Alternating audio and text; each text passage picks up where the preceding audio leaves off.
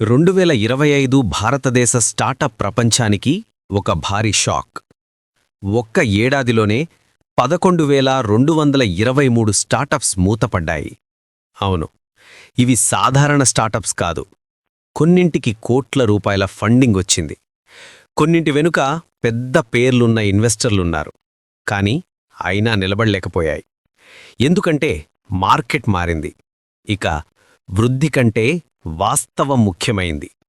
ఇన్వెస్టర్లు గ్రోత్ కాదు, ప్రాఫిట్ చూడాలని కోరుకుంటున్నారు.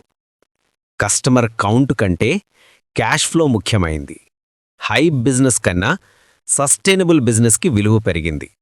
ఒకప్పుడు యూనికార్న్ కావాలనే కలలు గన్నవాళ్లు ఇప్పుడు సర్వైవ్ అవ్వాలి అనేది నేర్చుకుంటున్నారు. కానీ ఇది ముగింపు కాదు, ఇదొక కొత్త ఆరంభం. ఇప్పటి ఎంటర్ప్రెనర్స్ కొత్తగా ఆలోచిస్తున్నారు. తక్కువ ఖర్చుతో, ఎక్కువ విలువతో నిజమైన సమస్యలను పరిష్కరించే దిశగా వెళుతున్నారు.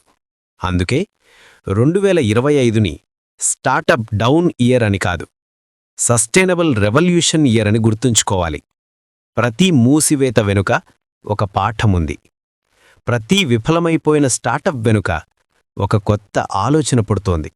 మనకు కావలసింది ఒక్కటి: పాజిటివ్ దృక్పథం. మార్కెట్ కుదుపు తాత్కాలికం, కానీ ఆవిష్కరణ శాశ్వతం.